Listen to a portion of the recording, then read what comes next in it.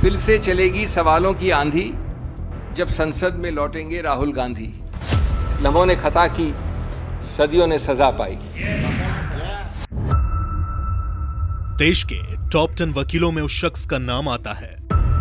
कांग्रेस जब जब मुश्किलों में फंसती है तो वो व्यक्ति अपने हुनर के दम पर देश की सबसे पुरानी पार्टी के लिए संकट मोचक बन जाता है। वहीं जब कांग्रेस नेता राहुल गांधी की संसद सदस्यता चली गई तो वही शख्स देश की सर्वोच्च न्यायालय में राहुल गांधी की ढाल बनता है और जीत का परचम लहराता है, जिससे कांग्रेस पार्टी में खुशी की लहर दौड़ जाती है। आज अनसुनी कहानियों में बात उस व्यक्ति की जिसने कई बार बीजेपी को पटखनी दी है। चर्चा उस शख्स की जिस पर गांधी परिवार को बहुत भरोसा है। तो चलिए आपको कांग्रेस के दिग्गज नेता और सुप्रीम कोर्ट के कद्दावर एडवोकेट डॉक्टर अभिषेक मनु सिंघवी की अनसुनी कहानियां सुनाते हैं।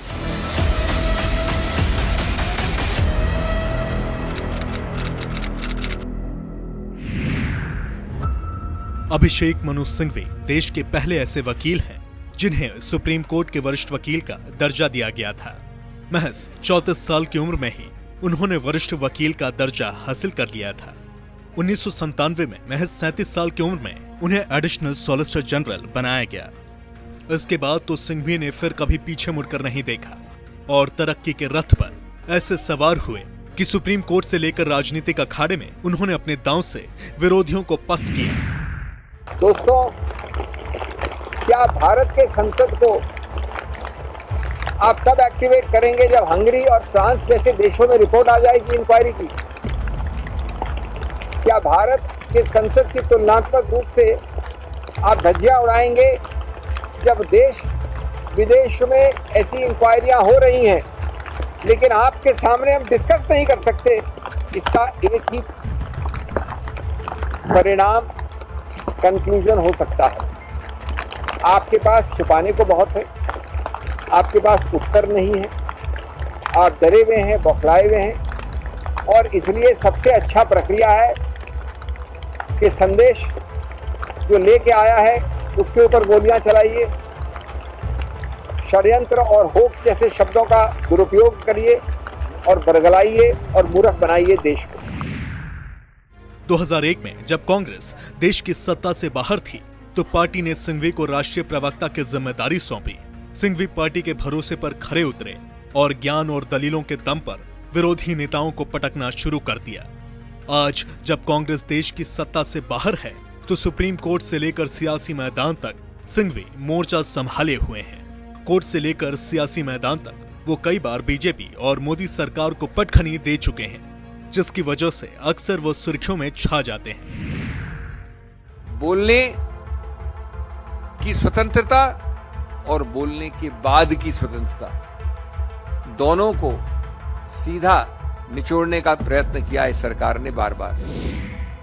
इस चीज की भर्त्सना करते हैं कि राजनीति को किस स्तर पे आपने गिराया है, किस प्रकार से आप हैरेसमेंट पे लगे हैं और किस प्रकार से आपने किसी सीमा को नहीं छोड़ा है। असहिष्णुता की चरम सीमा हो गई है, उत्पीड़न और धमकी और प्रतिशोध की भी।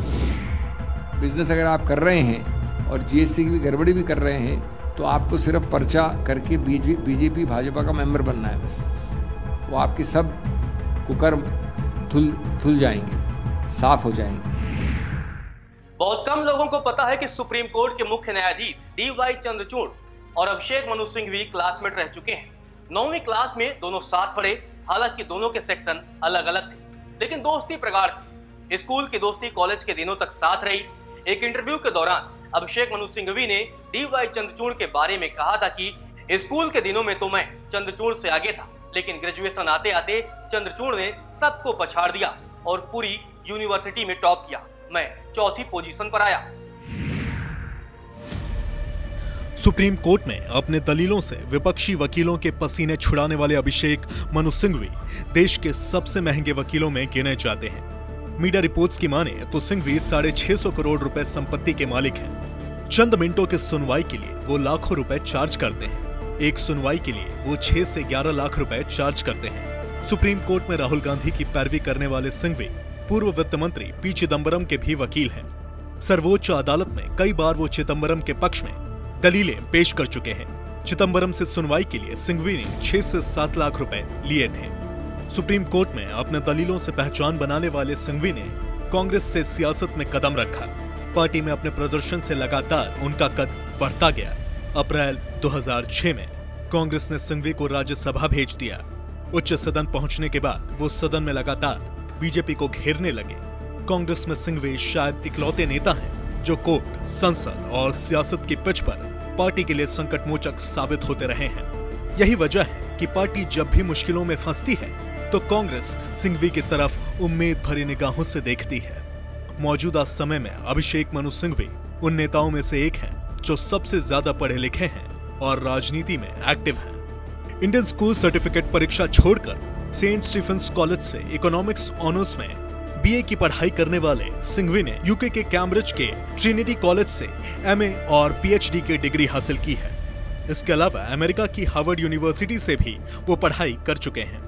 1983 में हार्वर्ड यूनिवर्सिटी से उन्होंने एलएलबी की डिग्री हासिल की थी। दुनिया की प्रतिष्ठित यूनिवर्सिटी से पढ़ाई करने वाले सिंघवी दुनिया के बड़े विश्वविद्यालयों में पढ़ा भी चुके हैं। सिंघवी कैम्ब्रिज यूनिवर्सिटी में लेक्चर दे चुके हैं।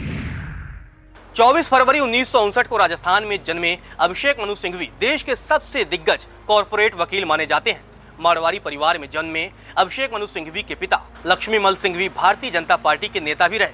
हालांकि बाद में उन्होंने कांग्रेस का दामन थाम लिया। सिंघवी के पिता जैन हिस्ट्री और कल्चर के स्कॉलर और प्रख्यात वकील भी रह चुके हैं। इसके साथ ही यूके में हाई कमिश्नर भी रहे। 1998 से 2004 तक वह राज्यसभा के सदस्य भी रहे, जबकि सिंघवी की माता का नाम कमला सिंघवी है। विरासत में वकालत को पाने वाले अभिषेक मनु सिंघवी का लगाव कला और संस्कृति से रहा है। यही वजह है कि उन्होंने गजल और सूफी गायिका अनीता सिंघवी को अपनी जीवन संगिनी चुना। दोनों के 2 बेटे हैं। बड़े बेटे का नाम अनुभव, जबकि छोटे बेटे का नाम आविष्कार है। राजनीति और कोर्ट के इतर सिंघवी अपने परिवार के लिए भरपूर समय निकालने में माहिर है। अक्सर वो अपने परिवार के साथ छुट्टियां बिताने के लिए समय निकाल ही लेते हैं, जिसकी तस्वीरें वो अपने सोशल मीडिया हैंडल पर जरूर शेयर करते हैं। 2014 में उनकी पत्नी अनीता भी उस वक्त सुर्खियों में आई थी जब इनकम टैक्स डिपार्टमेंट ने उन पर 57 करोड़ रुपए का जुर्माना लगाया था। दरअसल अनीता ने अपने ऑफिस चलाने के लिए जो डॉक्यूमेंट्स पेश किए थे उनमें खामियां पाई गई थी।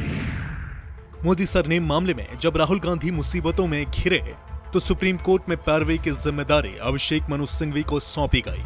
अपने अनुभव, शानदार दलीलों के दम पर सिंघवी ने सुप्रीम कोर्ट से राहुल गांधी को न सिर्फ राहत दिलाई बल्कि उनकी सांसदी भी बचा ली। ये कहानी सुनने में भले ही आसान लग रही है, लेकिन ये इतनी आसान भी नहीं है। सुप्रीम कोर्ट में सिंघवी ने राहुल के पक्ष में दलील देते हुए कहा, हम ना तो रेपिस्ट हैं और ना ही कोई हत्यारा। इसके बावजूद एक मानहानि केस में हमें अधिकतम सजा दी गई। कोर्ट ने अन्य दर्ज मुकदमों का आधार बना दिया, जबकि राहुल पर अधिकांश केस राजनीतिक द्वेष से दर्ज किया गया है। हम उन केसों की लिस्ट आपको दे रहे हैं जो बीजेपी कार्यकर्ताओं ने दर्ज कराए हैं। राहुल गांधी वायनाड से सांसद थे।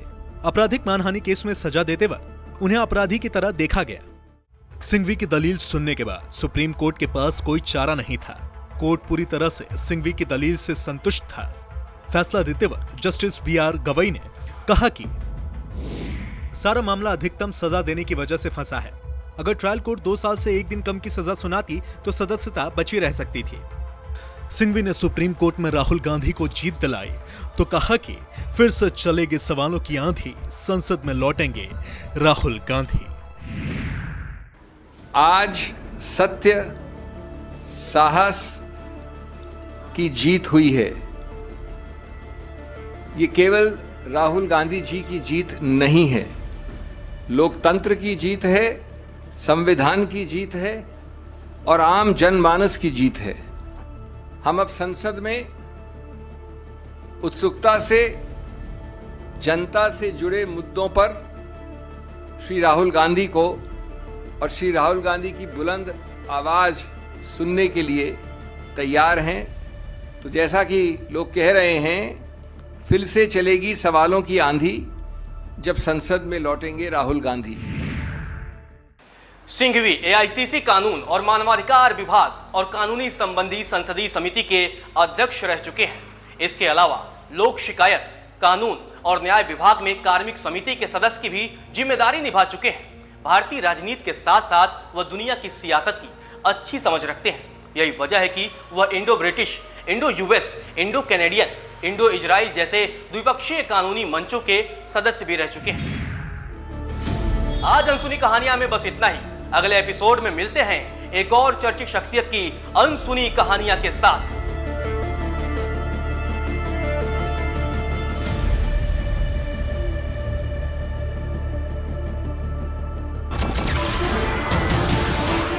नमस्कार, मैं हूं मानक गुप्ता।